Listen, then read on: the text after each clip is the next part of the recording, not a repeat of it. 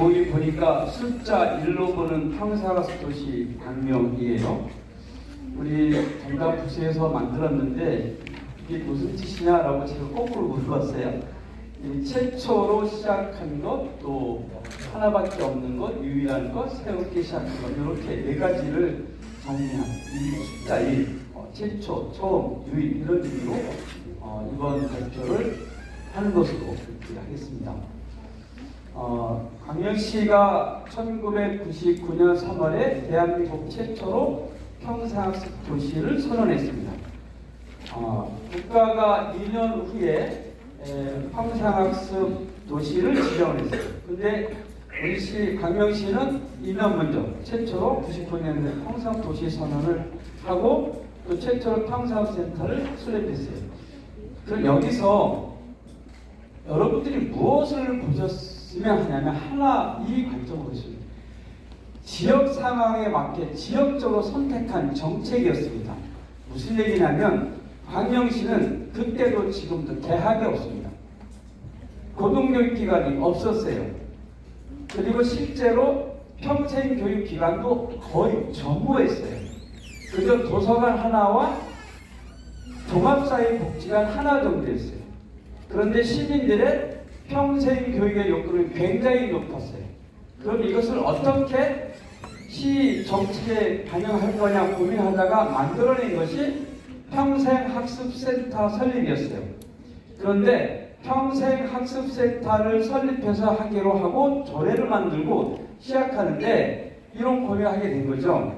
그래 평생학습센터를 만들어서 시민들한테 다양한 평생교육을 실현하는데 이 도시가 학습도시로 선언하는 이 큰 프로젝트를 하겠다라고 시민들한테 선언하는 것이 더 의미가 있겠다.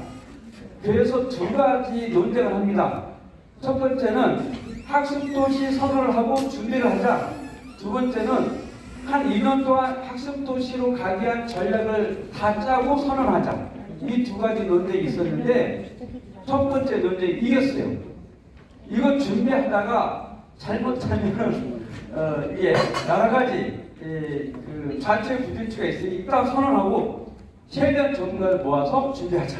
그래서 선언하고 평생도시 선언과 센터 설립을 동시에 했어요.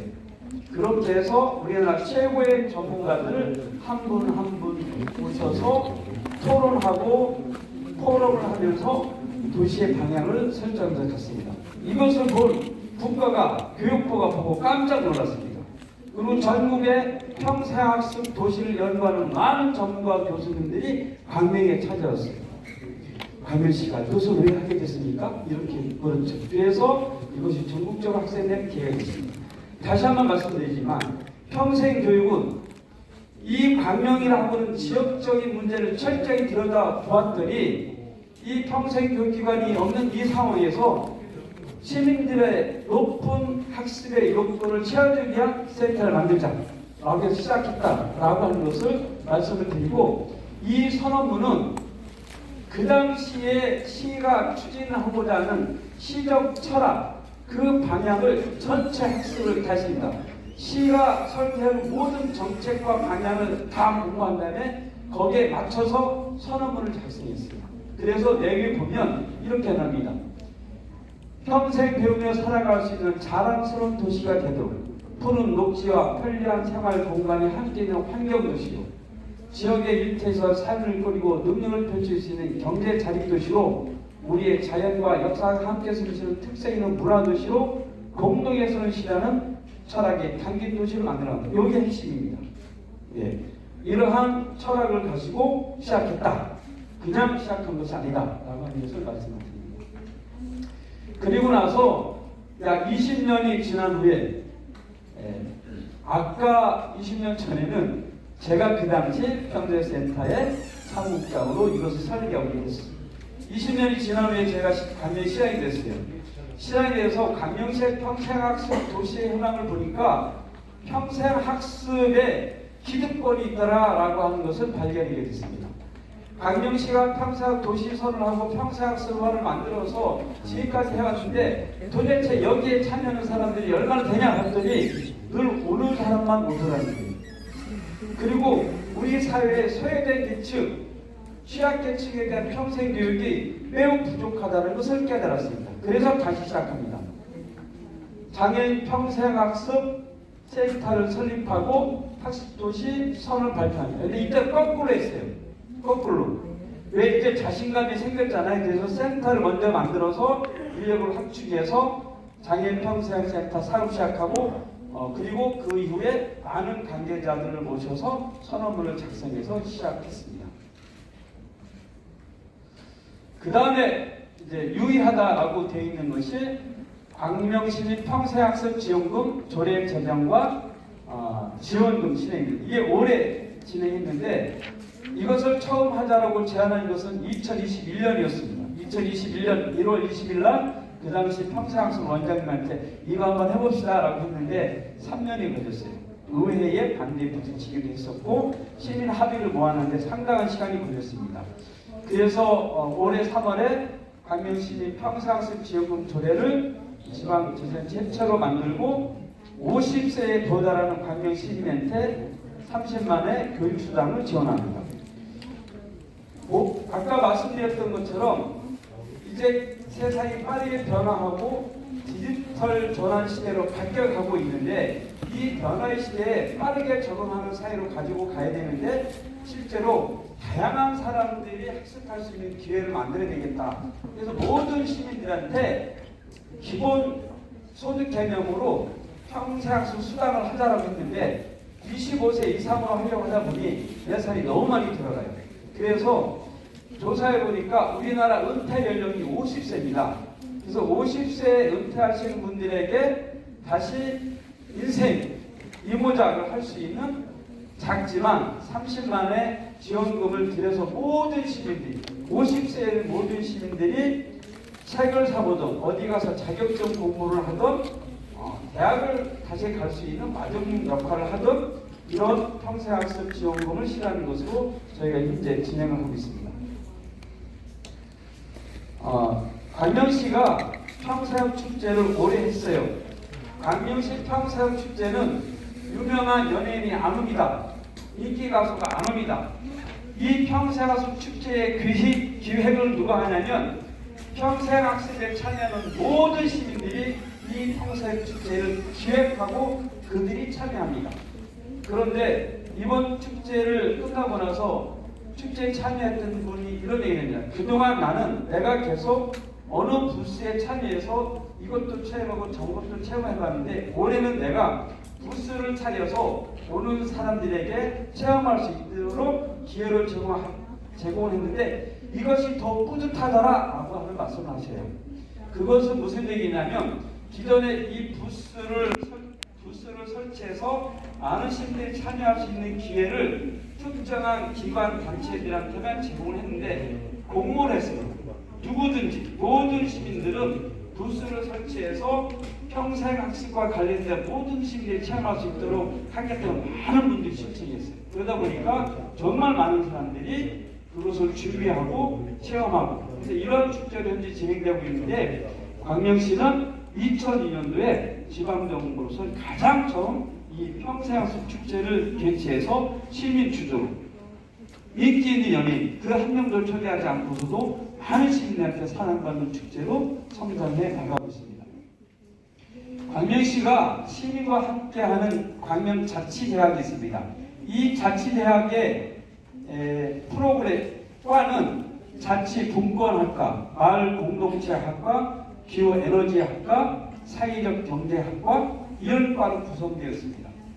즉 우리 사회의 사회적 자본을 키울 수 있는 지역사회 리더로서 성장할 수 있는 그런 의제를 가지고 시민들이 모여서 1년 동안 학습합니다. 그리고 그 분야와 관련된 지역에서 봉사활동할 수 있고 재능 기부를 할 수 있고 또 함께 동아리 활동할 수 있는 형태로 모임까지 만들고 그들이 강사로도 함께 성장할 수 있는 지역사 리더를 양성한 이 교육을 진행을 현재 하고 있는데 이거를 3년 동안 진행하다가 그동안 이 학과 구성을 시에서 했는데 평상시에 했는데 이제 시민들한테 맡겼어요. 여러분들이 스스로 학과를 만들어 보세요 라고 했더니 그분들 스스로 새로 만든 학과가 생태정원학과, 도시브랜드학과, 공동체예술학과, 이렇게 시가 상상하지 못했던 과를 만들어서 현재 진행을 하고 있습니다. 이것도 광명시에서 현재 진행하고 있습니다. 세계 시민과 함께 글로벌 학습 도시로 광명이 성장하기 위한 노력을 하고 있습니다. 이러한 국제 포럼을 함께하고 또 참여하는 이런 역할들을 2017년부터 함께하고 있습니다. 연수에서 하고 있었던 국제 포럼에도 참여하고 작년에 대한민국의 7개 지방자치단체장들이 유네스코의 UIL의 공모에 참여하고 함부르크, 뮌헨, 본, 그리고 프랑스의 후크루시, 이렇게 참여하는 이 프로그램들을 함께 진행했는데 그분들이 내일 다시 모입니다. 모여서 다시 그동안에 우리가 해왔던 평생학습 도시에 대한 사례들을 발표하는 그런 것들을 진행합니다. 지금은 서두에서 말씀드렸던 것처럼 광명시에 머물지 않고 세계 시민과 글로벌 도시와 함께 학습 도시로 가는 연대 활동을 적극적으로 광명시가 함께 하겠다라는 말씀을 드립니다. 현재 광명시가 하고 있는 평생학습 프로그램 중에서 가장 열정을 다해서 하고 있는 것이 탄소중립 교육입니다. 제가 보니까요, 제가 가장 공공활동가로서 일하시는 분들이 계세요. 외국에 오신 분은 잘 이해하지 못하시겠지만 기존에 우리가 관변단체라고 했던 새마을지회, 바르게 살기, 그리고 통장, 그리고 주민자치회, 사실 이분들이 공공활동가입니다. 제가 공공활동가라는 용어를 새로 만들었어요. 왜 그들이 공공활동가냐고 아직까지 저한테 공격하는 사람 없습니다. 제가 보니까 맞아요. 그분들이 수해가 나거나 무슨 일이 생기면 가장 이 도시에 위기가 생기면 나타나서 함께하고, 그리고 어려운 일을 함께하고, 새로운 일이 있으면 함께하는 이런 분들에게 탄소 중립의 필요성에 대해서 교육을 하고, 그들이 현장에서 가장 튼튼한 활동가 조직이기 때문에 그들이 실천할 수 있는 가장 힘있는 조직이라는 생각을 했습니다. 그분들 교육을 시작했고 엄청 아주 즐겁게 이곳 평생학습원에서 학습하고 있습니다. 이런 탄소 중립을 교육을 통해서 지속가능 도시를 만들어가는, 지속가능 사회를 만들어가는 역할을 해야 하는 것이 미래 평생학습 도시가 해야 할 가장 중요한 역할 중에 하나라고 생각합니다. 광명시는 이러한 일들을 중단 없이 시민과 함께 해 나가겠다는 약속을 드리며 글로벌 평생학습 도시와 이런 일을 함께 나가도록 하겠습니다. 끝까지 감사드립니다. 고맙습니다.